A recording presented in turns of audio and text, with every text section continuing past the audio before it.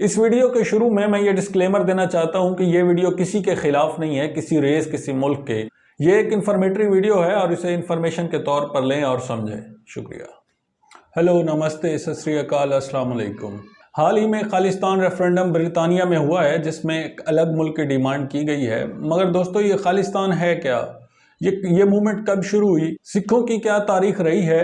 1900 से 1947 तक सिख किन हालात से गुजरे और 1947 के बाद कब अलग सूबे की डिमांड करी गई? अकाली दल क्या है? जरनैल सिंह भिंडरावाले कौन थे? सिख डायस्पोरा का क्या किरदार रहा इस मूवमेंट में? ऑपरेशन ब्लू स्टार क्या था, ये कब हुआ और इसके क्या आफ्टर मैथ्स थे? क्या खालिस्तान का ख्वाब कभी हकीकत बन पाएगा? आइए इन तमाम सवालों को ज़रा डिटेल में देखने की कोशिश करते हैं। 19वीं सदी के आखिर में कॉन्स्टिट्यूशनल राइट्स, आइडेंटिटी कॉन्शियसनेस और पॉलिटिकल अवेयरनेस का ज़हूर हुआ। A.O. हयूम की मदद से ऑल इंडिया नेशनल कांग्रेस की बुनियाद रखी गई, मगर 1905 में जब बंगाल पार्टीशन हुई तो कांग्रेस ने उसकी मुखालफत करी, जिसके बाद मुस्लिम्स ने कांग्रेस के साथ अपनी राहें जुदा कर लीं और यूं ज़हूर हुआ ऑल इंडिया मुस्लिम लीग का। इस पूरे सिनेरियो में तीसरे बड़े स्टेक होल्डर थे सिख।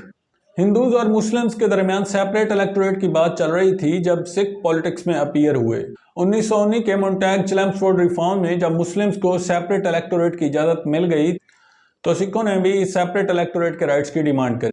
पंजाब बहुत ही इंपॉर्टेंट सूबा था, इसलिए कोई इसको इग्नोर नहीं कर सकता था। इसी वजह से पंजाब में तमाम पॉलिटिकल पार्टीज और दूसरी छोटी पार्टीज भी एक्टिवेट हो चुकी थी। मिसाल के तौर पर यूनियनिस्ट पार्टी, कांग्रेस पार्टी और मुस्लिम लीग वगैरह। अगर छोटी पार्टियों की बात करें तो खाकसार और अहरार मुस्लिम मूवमेंट्स थी। अगर हिंदू मूवमेंट्स की बात करें तो हिंदू महासभा, आर्य समाज, शुद्धि और संगठन वगैरह पंजाब में चल रही थी। अगर सिखों की बात करें तो चीफ खालसा दीवान, सिंह सभा, सेंट्रल सिख लीग और अकाली दल जैसी रिप्रेजेंटेटिव जमातें चल रही थी। लेकिन सिखों की पॉलिटिकल अवेयरनेस की शुरुआत यहाँ नहीं हुई थी। 1857 की जब वॉर ऑफ इंडिपेंडेंस लड़ी गई तो सिखों ने ब्रिटिश सरकार को सपोर्ट किया। ब्रिटिश सरकार को भी अपने कदम जमाने के लिए ऐसे अलाइंसेस की ज़रूरत थी और यूं उन्होंने इस पूरे सिनेरियो में सिखों की मदद करी। उनके लिए एजुकेशन के दरवाजे खोल दिए गए, उनको रिटायरमेंट्स दी गई, पेंशन्स दी गई, आर्मी में उनको भर्ती किया गया और रेंट फ्री ग्रांट्स दी गई।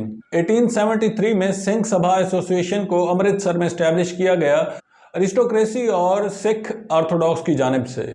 इसका मकसद सिख आइडेंटिटी को कायम रखना, उनके इंटरेस्ट के लिए वर्क करना और क्राउन प्रिंस के साथ अपनी लॉयल्टी दिखाना था। सिख इन अनायतों से बहुत खुश थे और एक खालसा अखबार ने ब्रिटिश रूल को एक ब्लेसिंग करार दिया। फिर सुंदर सिंह मजीठा ने 1902 में एक चीफ खालसा दीवान पार्टी की बुनियाद रखी। दिसंबर 1919 में एक सिख सेंट्रल लीग का क़याम हुआ, मगर दिसंबर 1919 में एक जलियांवाला बाग का एक दर्दनाक वाक़या हुआ, जिसके बाद सिखों ने ब्रिटिश सरकार के साथ अपनी राहें जुदा कर ली।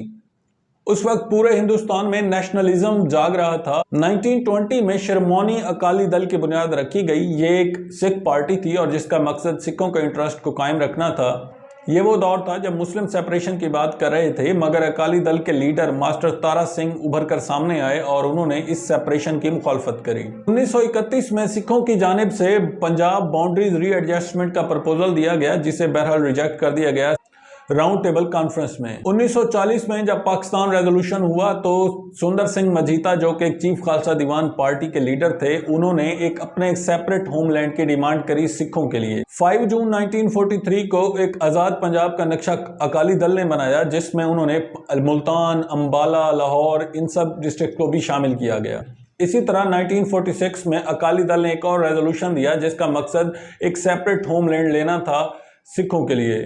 जब क्रिप्स मिशन आया तो मास्टर तारा सिंह ने इसके अगेंस्ट प्रोटेस्ट किया। हालांकि सिख मुस्लिम सेपरेशन के हक में नहीं थे, मगर जब पाकिस्तान का क़याम हुआ तो बहुत सारे सिखों ने इसकी मुखालफत करी, मगर कुछ सिखों ने इसकी हमायत भी करी, जैसा कि यूनियनिस्ट पार्टी के लीडर बलदेव सिंह। 1947 की पार्टीशन में एक बहुत बड़ी माइग्रेशन हुई पंजाब में। पाकिस्तानी पंजाब में सिखों की पॉपुलेशन 0% से भी कम हो गई और इंडियन पंजाब में उसकी रेशो बहुत बढ़ गई। पार्टीशन के बाद इंडियन कांग्रेस ने इंडियन स्टेट्स को लिंग्विस्टिक यानी ज़बान की बुनियाद पर डिवाइड किया और एक ऑटोनमस बॉडी बनाया, मगर पंजाब को एक स्टेट डिक्लेयर नहीं किया गया। इसके बाद अकाली दल ने डॉक्टर भीमराव अंबेडकर से मिलकर एक मशवरा किया और यूं अलग सूबे की डिमांड शुरू हुई। मगर ये डिमांड जब कंटिन्यूसली इग्नोर की गई तो ये बढ़ते बढ़ते एक सेपरेट होमलैंड तक जा पहुंची। अकाली दल की सबसे बड़ी डिमांड थी एक सेपरेट होमलैंड जो एक टोटली सॉवरन कंट्री हो या फिर एक sovereign state with in India. इस प्रेशर में आकर सितंबर 1966 को इस अलग सूबे की डिमांड को कबूल कर लिया गया।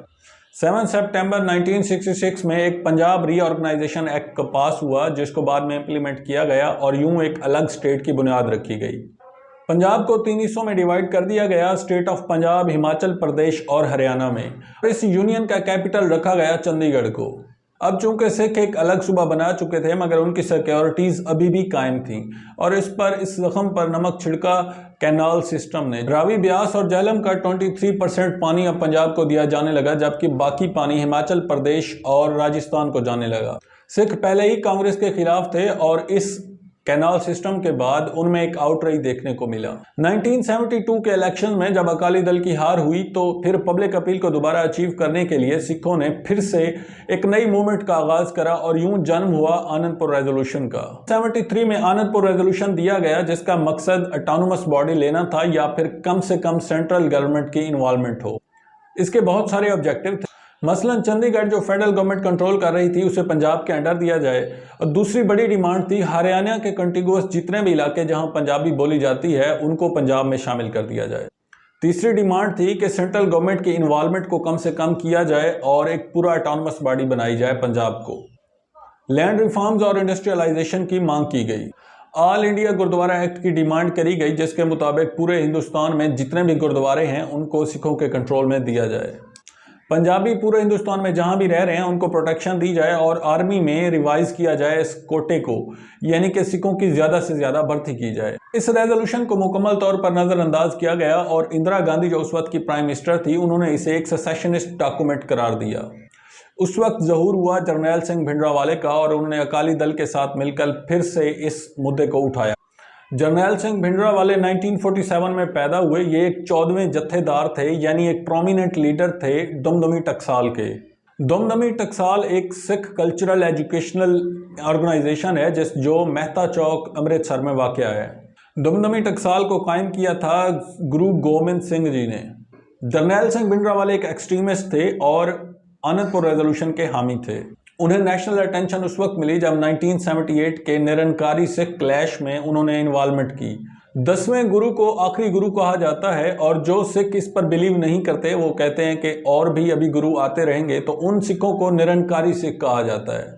ये क्लैश 1978 में अमृतसर में हुआ जिसमें 16 लोगों की मौत हुई, जिसमें 3 निरंकारी शामिल थे और 13 ऑर्थोडॉक्स सिख शामिल थे। ये क्लैश इसलिए शुरू हुआ क्योंकि दमदम टकसाली वालों ने संत सिख कन्वेंशन, निरंकारी कन्वेंशन को रोकने की कोशिश की।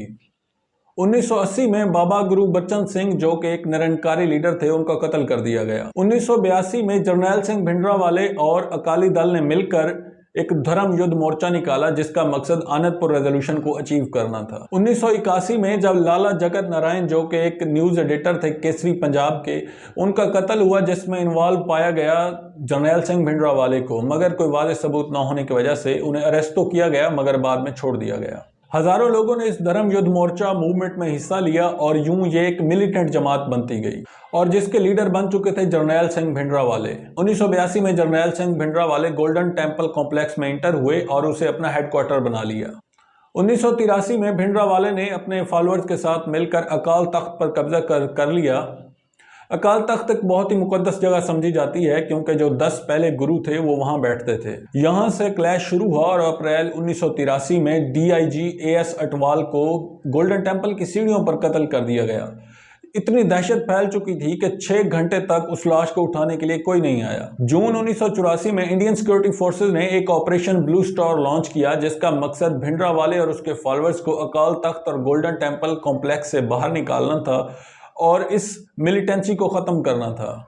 10 जून 1984 को इंडियन सिक्योरिटी फोर्सेज ने जर्नैल सिंह भिंडरावाले और उसके फॉलोअर्स के खिलाफ एक ऑपरेशन स्टार्ट किया जिसको कोड नेम दिया गया ऑपरेशन ब्लू स्टार। अगर लीडर्स की बात करें तो मिलिटेंट्स में लीडर थे जर्नैल सिंह भिंडरावाले, अमरिक सिंह और शाहबेग सिंह। शाहबेग सिंह एक रिटायर्ड मेजर जनरल थे और वो वॉर टैक्टिक्स को बहुत अच्छी तरह समझते थे और उन्होंने इन तमाम मिलिटेंट्स को ट्रेन किया था।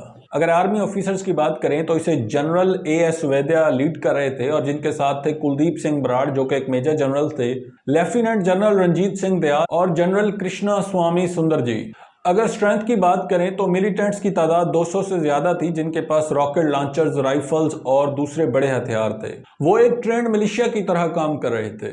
अगर सिक्योरिटी फोर्सेस की बात करें तो 10,000 से ज्यादा ट्रूप्स इसमें शामिल थे, जिसमें BSF की बटालियंस और पंजाब पुलिस भी शामिल थी। इस ऑपरेशन में मिलिटेंट्स की जानिब से 500 से ज्यादा लोगों की मौत हुई, जिनमें बहुत सारे पिलग्रिम्स और आम शहरी भी शामिल थे। 83 आर्मी सोल्जर्स शहीद हुए और 250 से ज्यादा जख्मी हुए। इंडियन इंटेलिजेंस एजेंसीज ने यह इल्जाम लगाया कि इन खालिस्तानियों को पाकिस्तान स्पॉन्सर कर रहा था, मगर दोस्तों इसका कोई वाज़ेह सबूत नहीं है, ये जस्ट एक हाइपोथेसिस ही है।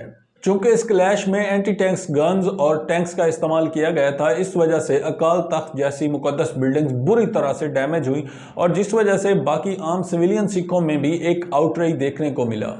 इस पूरे ऑपरेशन को कोई मीडिया कवरेज नहीं दी गई। इस ऑपरेशन ब्लू स्टार के आफ्टर मैथ्स बहुत ही भयानक और हौलनाक हैं। मसलन 31 अक्टूबर 1984 को इंदिरा गांधी जो उस वक्त की प्राइम मिनिस्टर थी, उनके 2 सिक्योरिटी गार्ड्स ने कत्ल कर दिया। ये दोनों सिक्योरिटी गार्ड सिख थे। इस असैसिनेशन के बाद एंटी सिख राइट्स शुरू हो गए पूरे हिंदुस्तान में, मगर इसमें दिल्ली सबसे ज्यादा मुतासिर हुआ और करीब 3000 सिखों की मौत हुई। बदले में 1985 में सिखों ने एक एयर इंडिया फ्लाइट को निशाना बनाया जो मॉन्ट्रियल से दिल्ली जा रही थी, जिसमें मेजॉरिटी हिंदू सवार थे। 1986 में आर्मी चीफ AS वैद्या को कत्ल कर दिया गया पुणे में। यह कत्ल भी 2 सिखों ने किया था, हरजिंदर सिंह जिंदा और सुखदेव सिंह सुक्खा ने।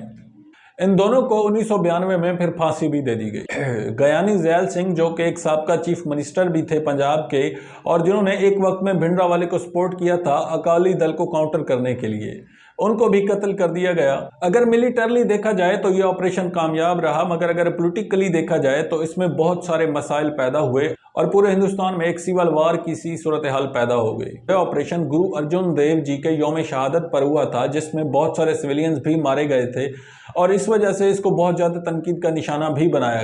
इस ऑपरेशन में ह्यूमन राइट्स को बैडली अब्यूज किया गया।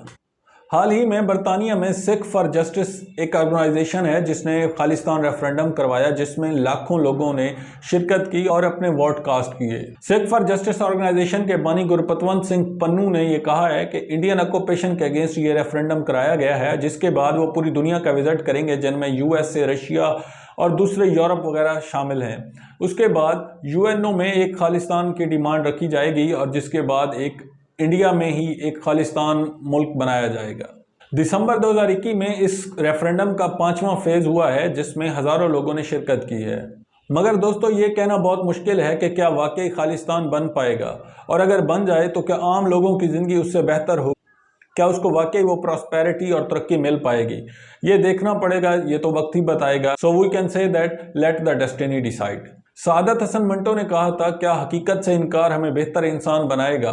तो हमें हकीकत से इनकार नहीं करना चाहिए और जो भी सच है उसका सामना करना चाहिए। अगर अभी तक आपने हमारा चैनल सब्सक्राइब नहीं किया तो प्लीज़ हमारे चैनल को सब्सक्राइब